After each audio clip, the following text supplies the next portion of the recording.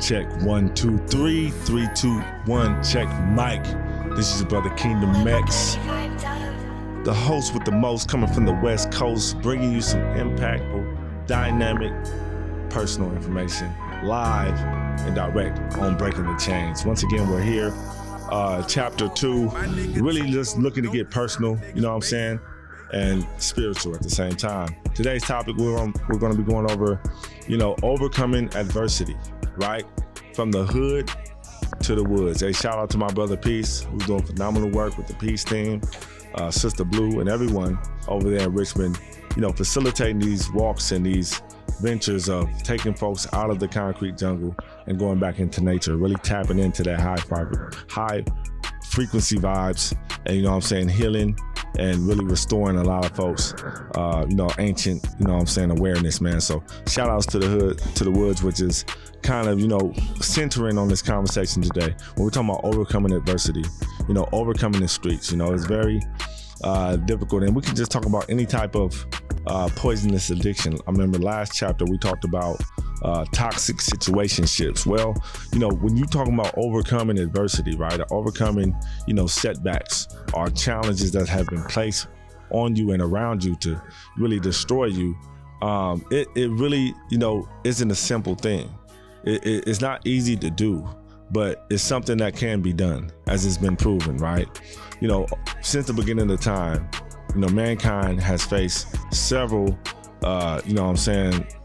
dire events, right? Close to extinction, to starvation, famine, droughts, migration, having to switch to a new.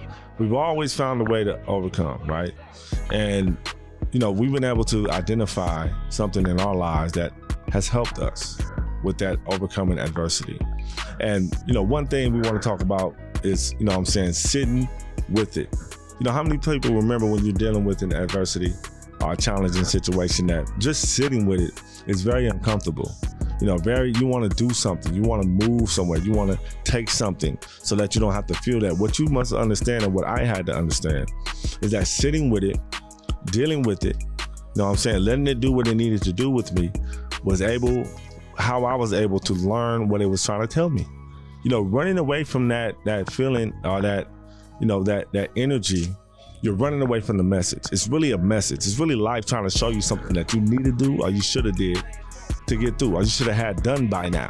Because if you would have had it done by now, figured out, I had the skill set, when this came up, you would have blew right through it. You would have blasted through that wall, right? So it's really coming to show you how inadequate you are in the moment, but it doesn't mean that you have to stay there, right? It's telling you where you need to grow, where you need to get stronger. Think of this analogy. Think of this with your imagination. You're trying to get to the grocery store. You haven't ate in a week. You're almost starving, right? You've been fasting, but you hit your point. You need to go get something to eat. But there's a brick, you didn't know, you haven't been outside in a week, and then a brick wall has been built around your house, right? You see these bricks and you're like, what the, you start panicking, right? And then you start looking around and, you try to run through it, don't work. You try to punch through it, it's solid, you can't do nothing. And then would you give up? Would you give up? Would you let yourself, be trapped there? No, you would not, right? Out of desperation comes inspiration to move through and accomplish the task, right? So, the opportunity was presented through the challenge. We were told that you don't know how to scale a wall. You don't know anything about bricks and how to, manage removing this obstacle with minimal effort, right? So this is something that you would have to go back and study, or you would just have to lean on. This is another point. So being prepared, being aware, right? There's another point, there's another trick, tapping in with the divine inside, right?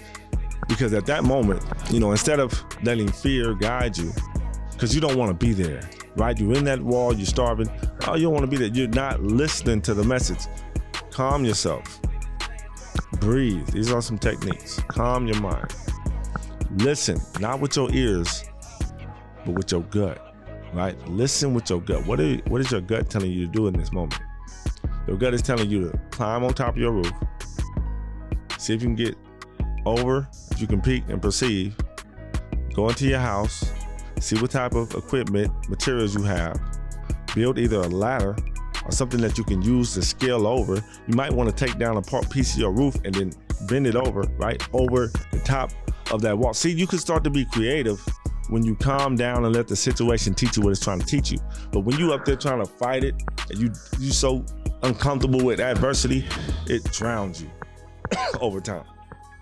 So, you know, sit with it, be patient, find out what it's trying to teach you, and let God guide you to the truth. You know, that's it for today. I hope you were able to get something from this. You know, definitely wanted to help somebody. I pray that it helped everybody, but God dang it helped me. So once again, this is KingdomX. Much love to you and everyone else in the universe. Gotta go. Catch you on the next one on Breaking the Chains. Peace.